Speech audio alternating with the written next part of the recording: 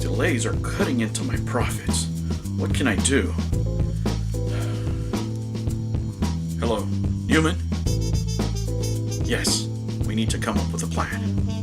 We're losing money, and we're delayed. What can we do? Social media buzz is great. What? The millennials, they're loving it? They're making videos about this. Those virtue signalers. You know what? Bump up the price. 10%? I hate those guys. 17%. Shove it right up there. Hello humans, and welcome to another episode of Gen X Gamer. That's right, the video game show that is not hosted by an annoying e-beggar. There is no Patreon, no super chats. That's right, we just talk about the games we love and how fun it is to hoard them.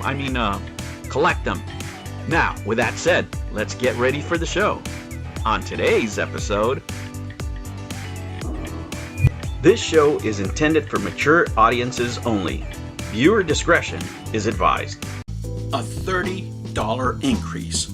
Why? Fuck you, that's why. Now, you guys gotta give me that same energy. All these guys have been out there talking about, we're trying to save you money, don't waste your money, yada yada yada. Every time, I remember when the Amico went up in price, I saw the videos, I seen them. Where you at? I want that same energy. Give me that same energy. Let's see if we can find them. Silence. Silence. You know, this tells you a lot. This tells you a lot. So, guys, so it went up 30 bucks. You get 24 more shovelware games. Now, let me say, I do think this thing looks interesting. The point of this video is to point out the hypocrisy of what's going on here. If you look at the hate that has been thrown at this console, this might be the first video out, I don't know. But I wanted to make that point, right? A lot of what you see is driven by people wanting to get views, right? Nobody's really interested in this console at first. It's not controversial yet. I do have to say that personally I find it interesting, right? Let me critique it. I think it's interesting. It was really interesting at the original price of $149. At $179, it's not so interesting because for $20 more, I can get a Switch. So, you know, and it's going to have a better selection. You know, it is. So that price increase does mean something for me. And so far, I haven't seen any games that I must play, right? I think they got a little greedy with it. I think getting at that price point, getting close to the Switch Lite, I think is a big mistake. They should have done something else. Now they're offering a docking station. I didn't see a price for that yet. So who knows what you're going to end up paying for this, right? But it's a very trendy video game portable console, right? It reminds me a lot of the original Game Boy. I like the mechanic on the side. I really find it interesting. I really do. I just don't think it's a right price point for me, and I haven't seen a game that I have to say I must play this game. I would like to see how it plays first, but I don't know. It hasn't convinced me yet. I'm not there yet with this console. And most likely I'm not going to buy it because for this price, there's so many other things I could buy that I would play more than this. Like this was something I could see me having at the office. And just at the office. And that's it, right? But let's see what happens. It looks interesting. People are programming for it. A couple of the games, like I said, look interesting, but they're not must-plays. But again, where are my fellow old man cringe community? Where's the excitement from them? Where's the, it's the best thing ever. Guys, this is retro looking. This reminds you of the Game Boy. What's up? How come I don't hear any praise for this, right? There's no praise and there's no hate. Very, very interesting, right? And I really like just making these observations, guys, because a lot of people start channels for who knows what reason. And next week I'm going to make a video on this because somebody made a video regarding their channel not growing, and I want to make a response video asking questions, not drama driven or anything like that, but I really want to ask questions of why people start channels, right? So when I saw this come on and I saw the lack of response, everybody was positive about it, right? Like I say, I might get it, I don't know, you know.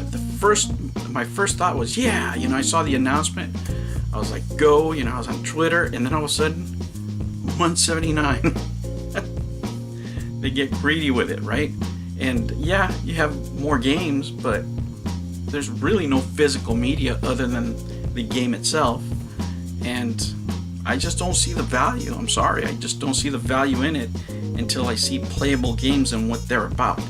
The games that they did show, I wasn't really impressed by. They look interesting, but I don't know that I want to spend $200. You know, once you start adding up the tax, that's where you're getting to.